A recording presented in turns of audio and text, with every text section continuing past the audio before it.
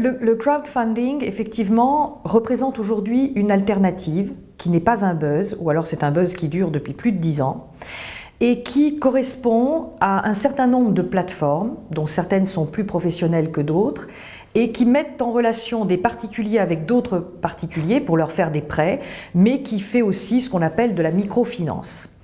Alors, le problème de ce sujet, c'est qu'il nécessite une réglementation extrêmement stricte, mais très adaptée. Qu'aujourd'hui, le gouvernement a beaucoup de mal à tirer son épingle du jeu pour essayer justement de réglementer. J'en veux pour preuve ce qui s'est passé récemment lors des assises de la finance participative auxquelles participait Fleur Pellerin, et dont elle a, je dirais, porté la responsabilité bien malgré elle, qui ne satisfaisait aucune des parties.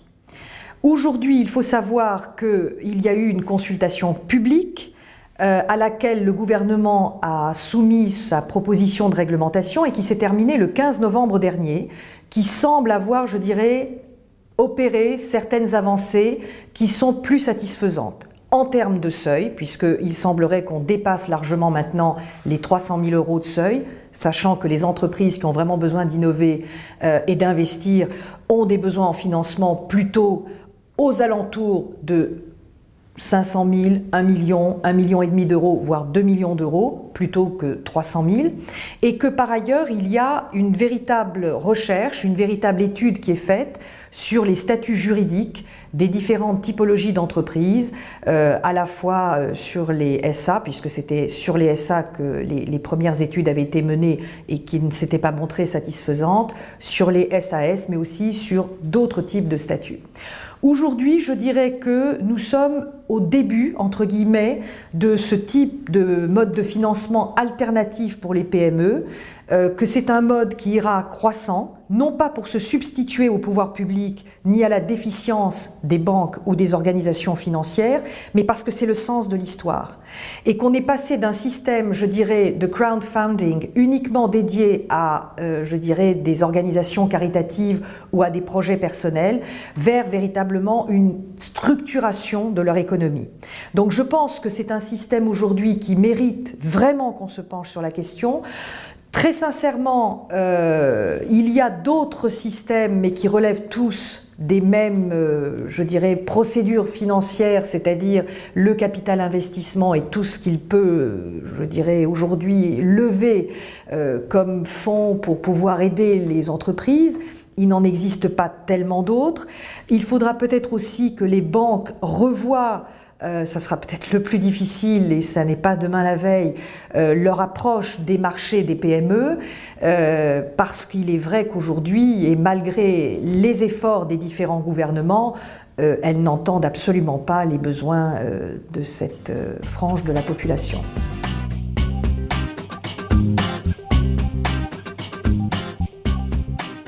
C'est une question qui est liée aux disparités économiques des différents pays, premièrement, et surtout à la stabilité réglementaire et fiscale des pays concernés.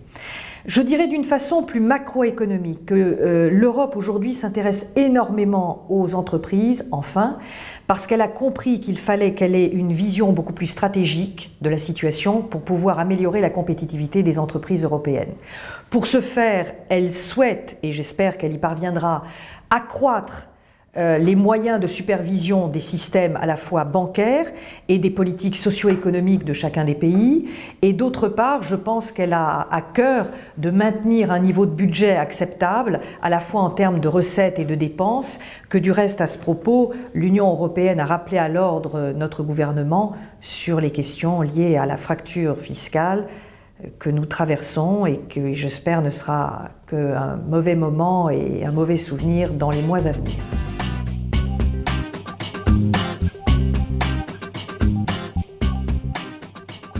Alors, d'abord, je ne vais pas vous dire tous au Canada. Bon, moi j'adore mon pays, je trouve que la France est un pays de cocagne et que, en revanche, il y a des partenariats, il y a des niveaux de collaboration qu'on peut effectivement mener avec certains pays et que le Canada est en tête de ces pays-là. pour plusieurs raisons. La première de ces raisons, c'est que de toutes les grandes puissances mondiales, le Canada est le pays qui a connu la plus courte récession et la plus forte reprise. Il faut savoir qu'aujourd'hui, ils vont avoir un taux de croissance pour l'année 2013 proche de 1,5% et probablement ils ont une projection sur 2014 de 2,4%. Ça laisse rêveur. Et ça laisse rêveur pour des raisons très simples. Au-delà des ressources naturelles, au-delà de l'attractivité du territoire et de tous les moyens qui sont mis en œuvre pour attirer le migrant, pour attirer les investisseurs, les entreprises, il est évident qu'ils ont un sens, et puisque nous sommes dans un pays qui est proche donc des États-Unis, on va employer des termes anglo-saxons, c'est business first. Autrement dit, ils n'ont pas attendu l'accord transatlantique que vient de signer le Canada avec l'Europe.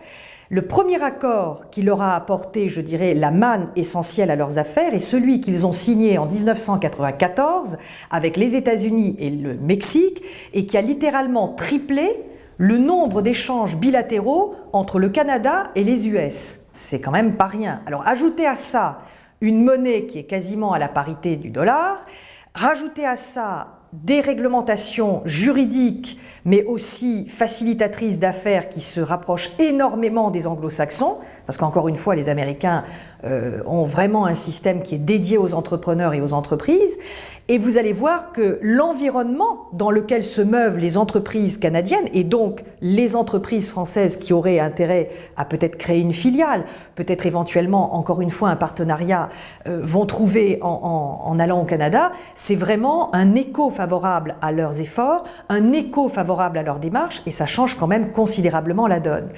Et pour conclure, je dirais également que, vous savez, quand on dit « oh, c'est tellement compliqué de créer une entreprise en France », mais c'est faux. Vous créez une entreprise en 24 heures, 48 heures maximum.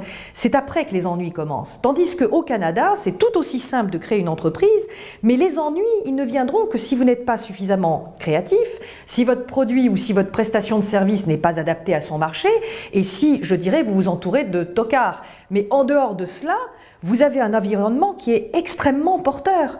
Donc, comment dire? Eh bien, écoutez, pour conclure de façon satisfaisante, je dirais comme quelqu'un que je n'ai pas connu, vive le Québec libre, mais au-delà du Québec, il y a la Colombie-Britannique, il y a l'Ontario et il y a l'Alberta. Alors, c'est un véritable Eldorado.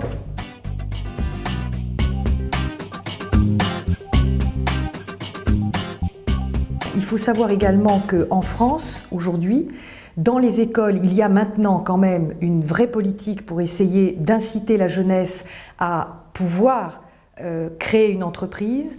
C'est très récent. Il y a des cours qui sont dispensés à la fois sur les avantages et les inconvénients d'une entreprise, sur les différentes typologies qui existent dans le monde de l'entreprise. Et je voulais saluer ça parce que je pense que c'est une première et qu'elle méritait d'être saluée.